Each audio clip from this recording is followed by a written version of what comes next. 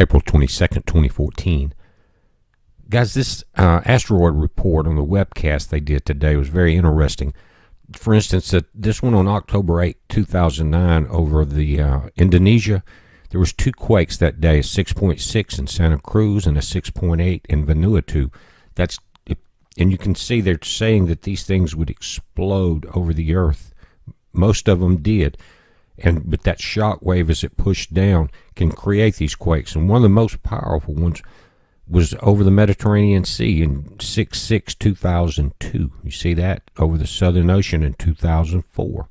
Again, some of these things they said were 600 kilotons. That's amazing. The Indian Ocean impacts, and here's the dates for each one. It goes through 13 years, 26 impacts. Some years there were 3 or 4, some there were none detected. But very interesting data as we can take it and look at it. Here in 2009 in Indonesia, where this one struck, that place has always reminded me of an impact zone. It's where we see a lot of quakes. We have a couple of those spots on Earth that look like impact zones. South Pacific Ocean, October 3rd, 2010. You can see these impacts. Here in California in 2012, they detected one on April 22nd. That's today. Check that out. Not one of the larger ones, and went off in the ocean there back in 2001 where this thing started. Of course, the Russia event on the 15th, or February 15th, 2013, that we see North Atlantic Ocean. But they have, again, 26 events, 2 per year on the average.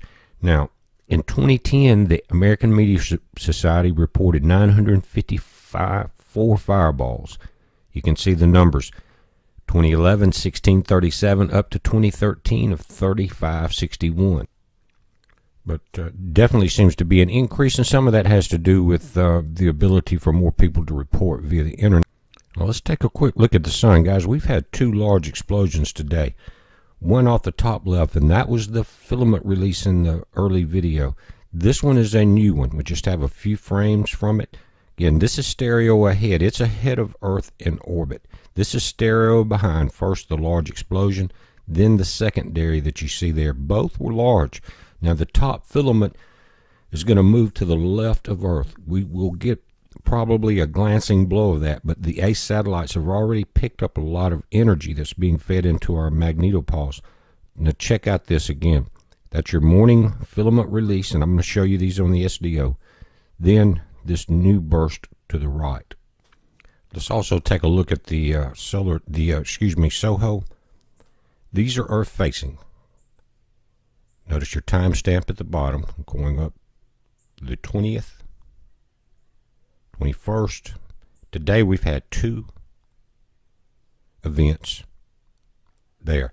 Now, let me back that up. You see that? You had a top explosion. Then just after it, they look like the same event, but notice the top one came in later. It's coming out first. That's the filament release. Then we've had this bottom explosion. Again, it looks like they're going to be moving to the left of the Earth. Not a direct impact, but again, our instruments definitely took a lick from this. Again, we're looking at Mercury coming in to the right. There's your filament release. There's a secondary event. And we talked about it this morning, guys. It seems like when we get the fewer sunspots in the last few months, each time they will become less and less on the Earth-facing side of the sun, the filaments start picking up. It's like another way for the sun to release that energy. Again, there's your top morning filament release.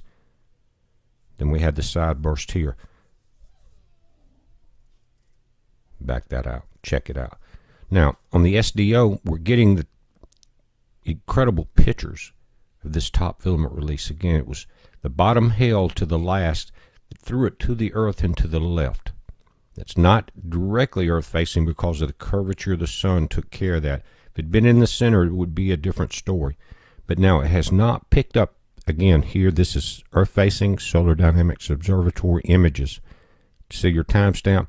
I'm not sure what has happened with the second explosion that we saw.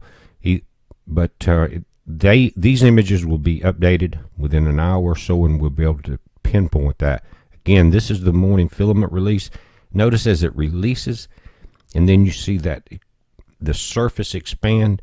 That's called a Hyder flare, Hyder. Again, the magnetism from the sun pulls that back down. That creates a secondary explosion.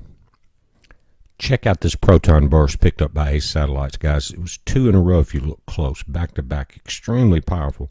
Now, even though there was a side glance to the Earth, this energy is coming at us.